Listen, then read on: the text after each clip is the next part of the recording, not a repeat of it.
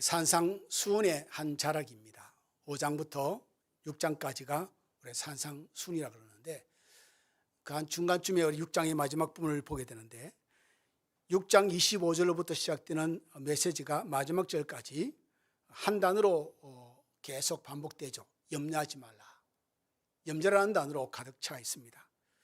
그래서 예수님께서 말씀하시죠. 너희가 염려함으로 네 키를 한 자나 더 할 수 있으냐. 염려라는 것은 예수 믿는 사람에게 아무 소용이 없는 것 중에 하나다는 거죠. 아무 필요가 없다는 이야기입니다. 그리고 30절로 우리가 본문 읽기 전에 30절에 이렇게 예수께서 말씀하셨습니다. 오늘 있다가 내일 아궁이에 던져지는 들불도 하나님이 이렇게 비시거든 하물며 너일까 보냐 믿음이 작은 자들아. 여기서 중요한 것은 다음 우리가 본문을 이어가기 전에 30절에 우리를 지칭, 다시 말해서 염려하며 사는 자들을 지칭해서 일컬기를 믿음이 작은 자들아. 믿음이 작다고 말합니다. 얼만큼 작으면 작을까? 믿음이 작은 자들의 말씀을 설교한다면 제가 또 1시간을 할애해서 말씀을 설교해야 될 겁니다. 그러나 한 문장으로 간단하게 좀 더 나중에 보완이 되겠지만 이야기를 드린다면 믿음은 가졌습니다. 믿음은 가졌고 믿음이 있습니다. 그런데 그 믿음은 우리를 구원할 만한 믿음이긴 합니다. 천국 가는 믿음이긴 합니다. 예수를 구주로 믿었으니. 문제는 뭐냐면 이 믿음을 가진 자들이 삶에 대해서는 하나님이 간섭하시는 데 대해서 지식이 없습니다. 믿음이 없습니다. 소위 이런 거죠. 창조론에 대해서 이렇게 말합니다. 하나님이 이 세상을 창조하셨습니다. 그리고 우리 인간도 지으셨습니다. 하나님이 지으신 아름다운 이 창조된 세상에 인간을 두시고 하나님은 그부터 네 알아서 살아라고 내버려 두시고 그로부터 하나님이 간섭하지 않으십니다. 이 개념인 것이죠. 하나님 우리를 구원하긴 구원하시지만 내 일거수일투족에 대해서 그리 간섭하지 않으신다. 네 믿음에 따라서 살아라. 그러니 이런 사람들이 무슨 문제가 생기냐면 일상의 문제에 대해서 걱정과 염려가 쌓이면 헤어나오지를 못합니다. 이들을 이끌어서 예수께서 말씀하십니다. 믿음이 작은 자들아. 창조주 하나님을 믿고 전능하신 하나님도 믿지만 내 삶의 일거수일투족에 관여하시고 도우시고 간섭하시고 알고 계시고 세밀하게 보시고 계시는 하나님에 대한 지식도 없고 관심도 없는 이들은 그들에 대해서 말합니다. 믿음이 적은 자들아. 여러분, 그래서 오늘 저는 이 믿음이 작은 자들은 30절의 말씀을 도전을 삼아서 32절로부터 34절까지 예수께서 이 믿음이 작은 자들이 어떻게 믿음이 작은 상태에서 벗어나 믿음이 성숙한 상태로 넘어갈 것이라 해서 하나님 예수께서 해법을 주시는 것을 그 해법에 대한 이야기를 여러분과 함께 나누고 싶습니다. 자, 31절에 예수께서 이렇게 말씀하시죠. 그러므로 염려하여 이르기를 무엇을 먹을까 무엇을 마실까 무엇을 입을까 하지 말라 합니다. 이건 25절에 주께서 하신 말씀과 대등소이합니다. 25절에 너희는 염려하지 말라라고 말씀하십니다. 이 오늘 본문의 31절도 염려하지 말라는 말씀과 대등소이한데 다른 내용이 뭐냐면 염려하여 이르기를 되었습니다. 염려하여 이르기를 말을 한다는 거죠. 그러니까 염려를 내 마음속에 품고 있는 상태를 25절의 상태를 말한다면 31절에 말하기는 염려를 내 입에서 토해내는 겁니다. 무엇을 먹을까? 무엇을 마실까? 무엇을 입을까? 너의 염려를 입으로 토하지 말라. 근데 여러분 입으로 토하나 아니면 입으로 토하지 않나 마음속에 염려가 가득한 것은 대등소이합니다. 뭐가 그리 큰 문제가 되겠습니까? 이미 마음은 염려로 가득 차 있는데 그래서 그 말씀을 드리는 겁니다. 그 어떤 종류 입으로 뱉내던 마음속에 있는 염려는 예수 믿는 사람에게 안 된다는 겁니다. 그러면 이렇게 질문할 수 있겠죠. 왜 안 되느냐? 여러분 염려하지 않습니까? 다 염려하죠. 저도 염려합니다. 누구든지 문제가 생기면 염려할 거리가 생기면 전전긍긍하고 염려가 생기죠. 근데 문제는 뭐냐면 염려 가운데서 하나님께 나아가느냐 나아가지 않는가 상당히 많은 차이를 둡니다. 그 이유를 설명하기를 32절에 말합니다. 이러한 것들은 이방인들이 구하는 것이다. 다시 말하면 이런 염려는 이방인들이 하는 것들이 이방인의 모습이 태도지 예수 믿는 사람이 해서는 안 되는 것이 염려라고 이야기하는 겁니다. 이방인들은 창조주 하나님을 모릅니다. 우리의 구속자 예수도 모릅니다. 하나님 아버지가 안 계십니다. 인격적인 아버지를 만나지도 못했습니다. 그들은 단지 이 땅에서 먹고 있고 마시는 것에 집중된, 이 땅에서 잘 먹고 잘 사는 것이 그들의 삶의 가치인 것으로 여기는 사는 사람들입니다. 그러니 그들이 구하는 것은 당연히 이 세상 것을 구하겠죠. 당연한 겁니다. 그런데 이들에게는, 이방인들, 하나님을 알지 못하고 이방신을 섬기는 이들에게는 당연한 이야기지만, 태도지만, 하나님 아버지를 알고 예수를 경험하고 구주로 모시고 사는, 성령이 내 안에 내주내주하시고 모시고 살아가는 예수 믿는 사람에게는 아니다라는 이야기죠. 아니, 어떻게 하나님 아버지를 믿는 사람이 세상 하나님을 아버지를 모르는 사람들과 똑같은 삶의 태도를 가지고 살아갈 수 있느냐라는 이야기를 하는 겁니다. 이방인들이 먹고 마시는 문제, 이 세상을 잘 살아가는 문제에 대해서 전전긍긍하고 염려를 하는 것은, 이거는 당연한 태도이지만, 하나님을 아버지를 믿고 살아가는 자들은 그 태도가 아니다라는 이야기를 하는 겁니다. 여러 가지 이야기로 우리가 말씀을 나누시지만, 우리가 세상 사람들이 살아가는 그 가치 논리 가운데서, 관점 가운데서 두 가지를 굳이 들어서 얘기한다면 우연론이 있습니다. 우리의 삶은 어쩌다가 일어난 일이야. 소위 말하면 길을 가다가 돌에 걸려 우리가 넘어지고 무릎이 깔릴 수 있지 않습니까? 어쩌다가 일어난 일이지, 무슨 여기에 무슨 의미가 있고 뭐 필연적 사건이 있고 뭐 그런 게 없는 거죠. 그러니까 어쩌다가 일어난 사건입니다. 인생을 살다 보면 다 그런 거야. 어쩌다가 일어난 사건. 그러니 어쩌면은 우리의 존재도 어쩌다가 그냥 사고 가운데 태어난 존재고, 우리가 이 땅에 살 특별한 가치도 의미도 없는 존재고, 뭐 그렇게 해석이 되어지는 거죠. 또 하나는 운명론입니다. 그러니 운명론은 딱 삶이 정해져 있으니 우리가 아무리 아득바득 살아봤자 삶이 거기서 거기야. 굳이 애써서 노력할 필요도 없고 그렇게 노력할 필요도 없어. 이런 관점 가운데서 이방인들은 왔다 갔다 하며 그들의 삶을 추구하며 사는 살죠. 근데 여러분, 놀랍게도 하나님을 믿고 예수를 구주를 믿고 살아가는 사람들 중에서도 이런 관점을 가지고 사는 사람들이 들어 있습니다. 어쩌다가 일어난 일이고, 운명론 가운데 사로잡혀서 그냥 우리의 삶을 가치 없게 여기거나 뭐 굳이 노력할 필요 없이 그대로 흘러가기지라고 삶을 놓아버리는 이들이 꽤 됩니다. 여러분, 우리가 산상수훈 가운데 한 자를 본다고 말씀을 드렸는데, 산상수훈이 여러분 던지는 메시지는 대상이 누굽니까? 모든 사람이 아닙니다. 하나님을 믿는 사람들입니다. 하나님을 믿는 사람들이 이 세상에 대해서 믿음을 가지고 어떻게 살아야 되는지를 가르치는 것이 삶의 윤리요, 삶의 태도를 갖추는 것이 산상수훈입니다.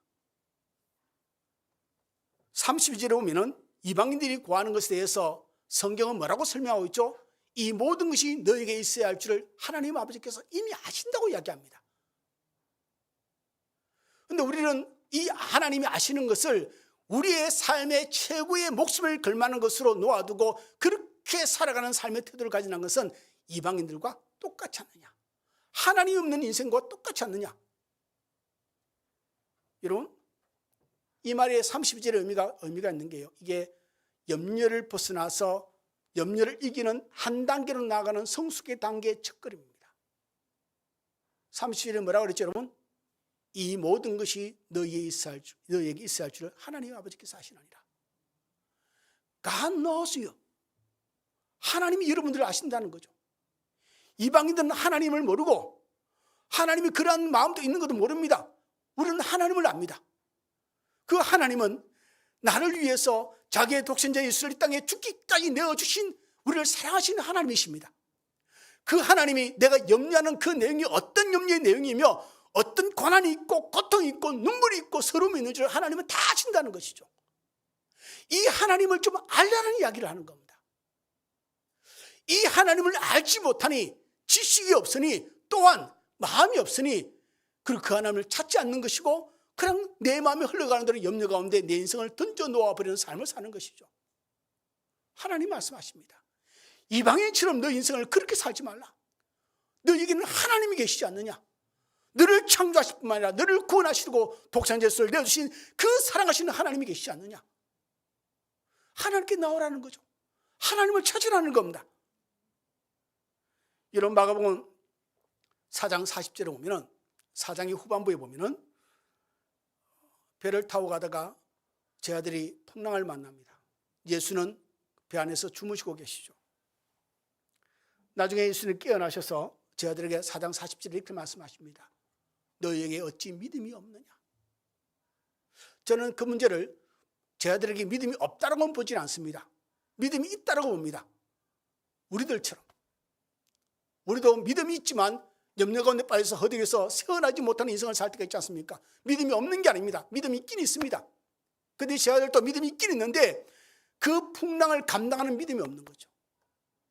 그 풍랑을 만났을 때 어찌 해야 할지를 모르는 믿음 가운데 있는 겁니다. 그 믿음은 지식도 없고 힘도 없습니다. 믿음이 아예 없는 건 아닙니다. 저도 여러분도 마찬가지입니다.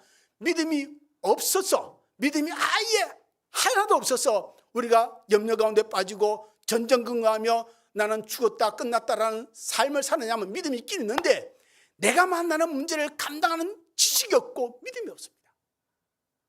여러분, 제 아들이 잘한 게 뭔지 아십니까? 예수를 깨웁니다. 할렐루야. 그러니까 우리 힘으로는 도저히 감당이 안 되는 겁니다. 예수께서 계시니 나는 절대 망하지 않을 거야, 죽지 않을 거야 라는 마음은 없습니다. 그런 믿음은 아예 없다고요, 여러분. 그래서 어찌 내게 믿음이 없냐라고 말씀하십니다. 근데 그들의 한 수가 뭡니까? 살아가는 한 수가 예수를 깨웁니다. 책망을 듣긴 듣지만 삽니다, 여러분. 그러니 우리의 믿음의 한 단계가 뭐냐면, 염려를 이기는 단계가 예수가 우리와 함께 계시고 내 삶을 보시고 불꽃 같은 줄을 살펴보시는 하나님이 계시다는 것을 인지하는 거죠. 하나님이 계신데 하나님을 깨우고 하나님께 나아가고 하나님께 기도하면 우리의 살 길이 있는데 하나님을 깨우지 않습니다. 소위 제 아들의 태도를 빗대어서 말씀드리는 겁니다. 주님께 나가서 기도하면 될 일을 우리는 전전긍긍하며 두려움 가운데 염려 가운데 빠져서 밤잠을 설치는 삶을 사는 것이 한두 번이 아닌 것이죠. 믿음이 작은 겁니다. 그 문제를 감당할 자신이 없고 지식도 없습니다. 무슨 지식입니까? 나를 돌아보시고 나를 사랑하시고 나의 일거수일투족, 나의 머리카락까지 세심받으신 그 세밀하신 하나님, 내 인생의 모든 것을 관여하고 싶어 돕고 싶어 하시는 하나님 마음을 모르는 겁니다. 그러니 우리가 염려를 이기는 성숙한 믿음을 가는 믿음의 첫 번째 단계는 이 하나님을 알라라는 것이죠. 예수께서 너희와 함께 계심을 너희가 알라라는 겁니다. 나를 도와주시는 하나님이 옆에 계시다는 것을 알라라는 겁니다. 우리에게 있는 믿음도 작은 믿음이지만 구원을 얻을 만한 믿음입니다. 할렐루야. 작은 믿음, 어떻게 보면 겨자씨보다 못한 믿음을 우리가 가지고 있을지도 모르죠.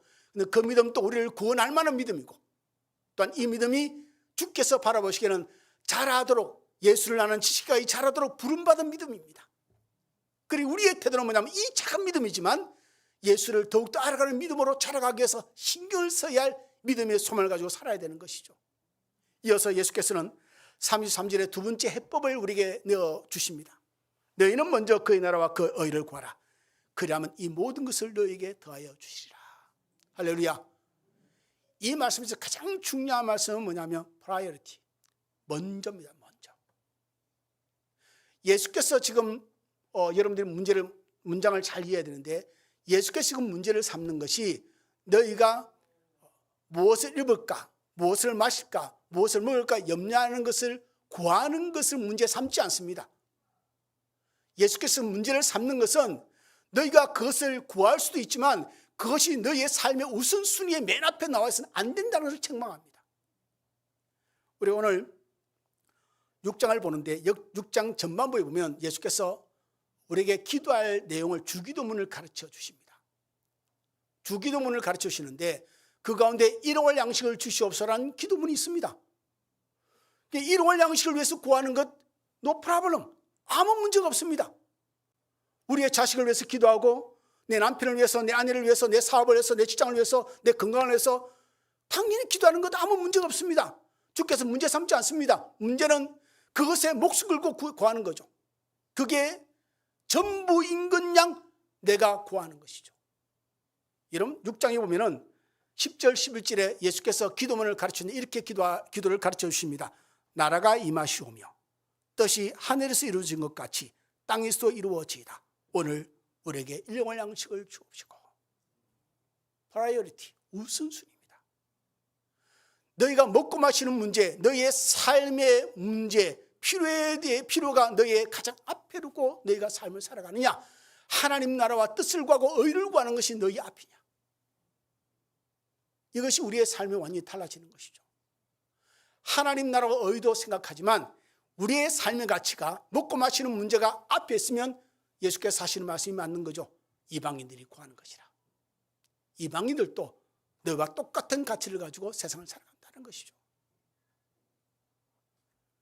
여기에 우리가 은혜가 되는 것은 먼저 너희가 그의 나라 그 의를 구하면 이 모든 것을 뭐죠? 이방인들이 구하는 것.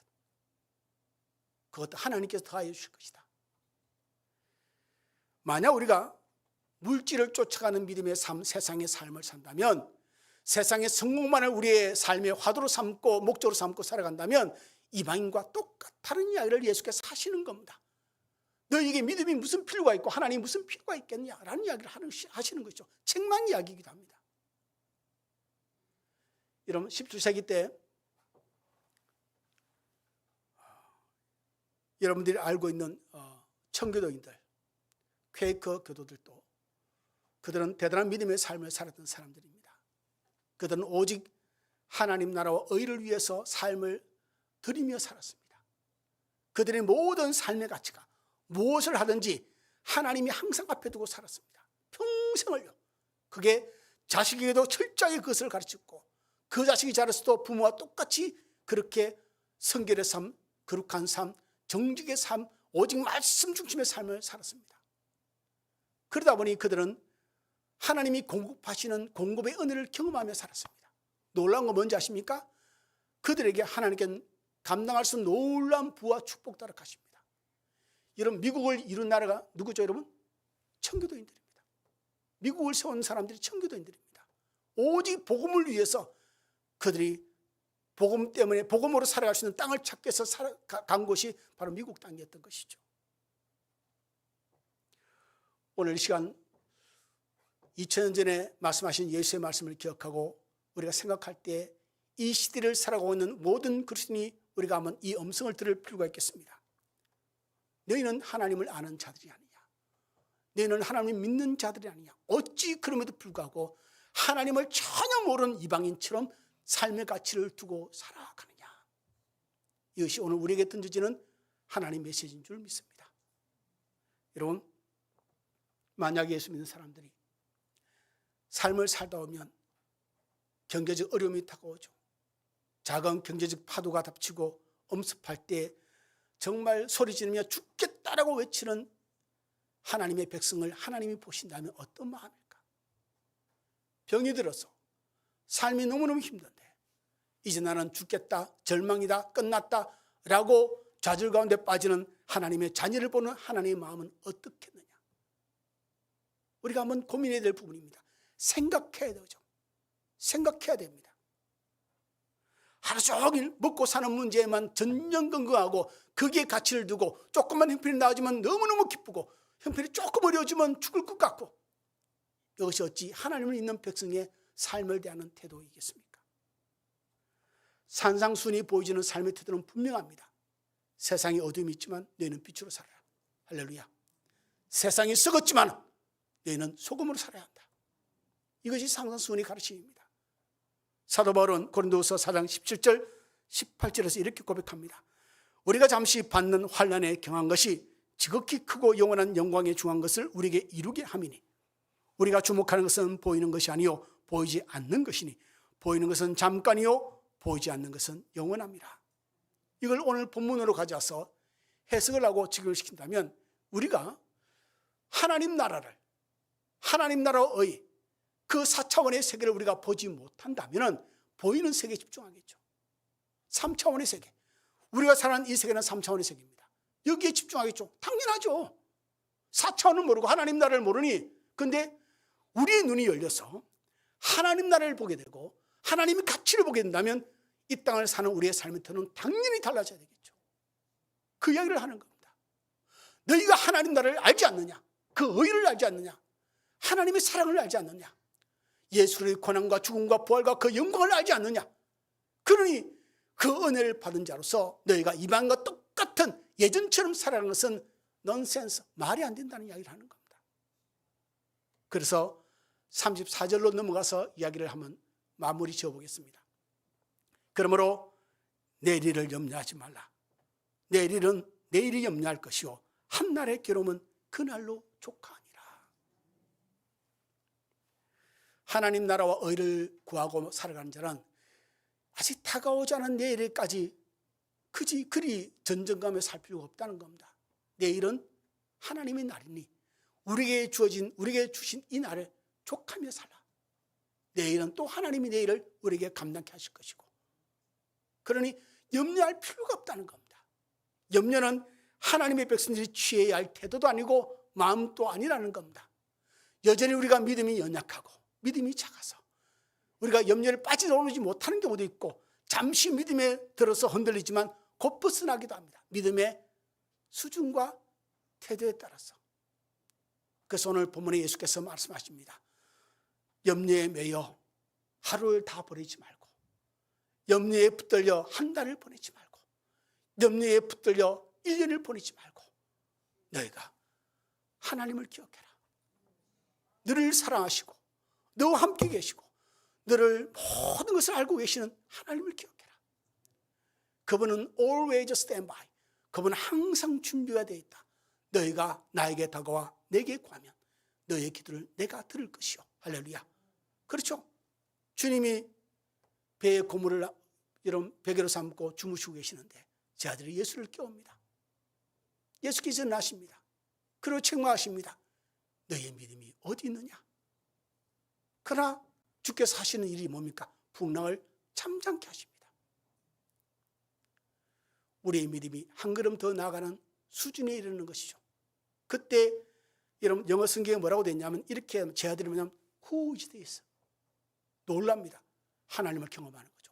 이 사람은 도대체 누구이기에 풍랑까지도 잠잠케 하는 거. 쇼킹.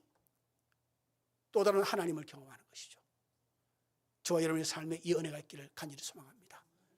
염려가 엄습하고 두려움이 있고 마음이 힘듦이 있을 때 주님께 나와 기도하십시오. 내 형편을 모두 아시는 하나님께 기도하고 또 구해서 그 하나님이 우리의 필요를 채우시고 더하여 주시는 은혜가 있고 그 살아계신 하나님이 나를 도우시는 것을 경험하는 삶이 있기를 주님으로 축원을 드립니다. 여러분, 세상 사람들은 옳습니다. 하나님 아버지가 없습니다. 나를 창조하신 하나님도 모릅니다. 이 세상을 창조한 이가 누군지도 모릅니다. 그러나 저와 여러분 압니다. 이 세상이 비밀스러움입니다. 4차원의 세계, 이 세상이 눈에 보이는 것 그 이면에 그 비하인드 스토리를 우리는 압니다. 하나님이 태초에 세상을 창조하셨고 인간을 지으셨고 인간의 죄를 품하니 그 인간을 죄를 품으시고 독생자를 보내시기까지 하시고 죽기까지 하시고 부활시키셔서 우리의 구원자로 삼으신 것을 우리는 알고 있습니다. 그러니 이렇게 말씀하시는 거죠. 하나님을 알지 못하고 하나님 없는 자들과 똑같은 세상을 삶을 살지 말라.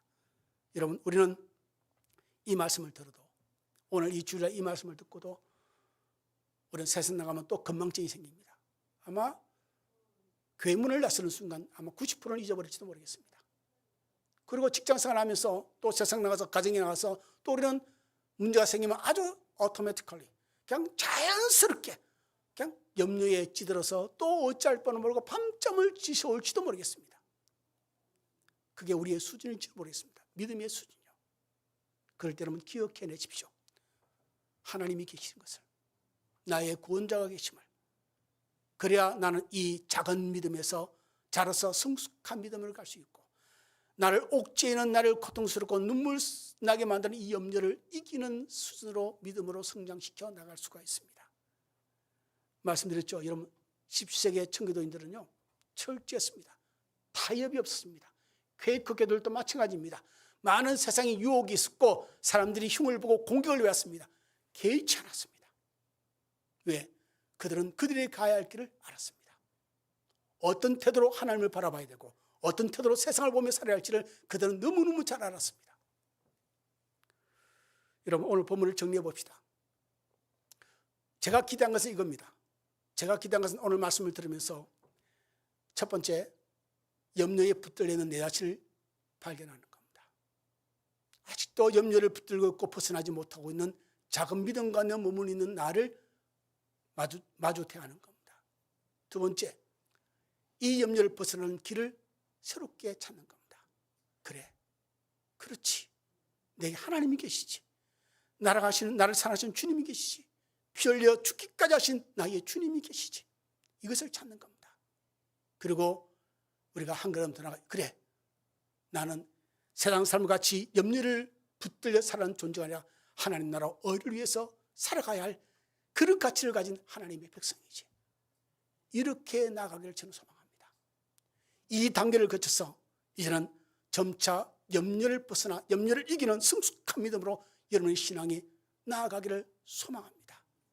오늘 아무쪼록 짧은 시간의 설교의 말씀이지만 여러분들이 이 산상수훈의 6장의 이 말씀을 가슴에 담고 혹 염려거리가 또 우리를 엄습하고 원수마귀가 우리를 공격한다 할지라도 그들의 의도대로 따라가서 예수 믿지 않은 사람과 염려 속에 붙들려 날들을 보내지 않기를 부탁을 드립니다.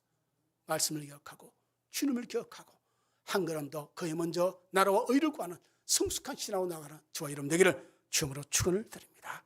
기도하겠습니다.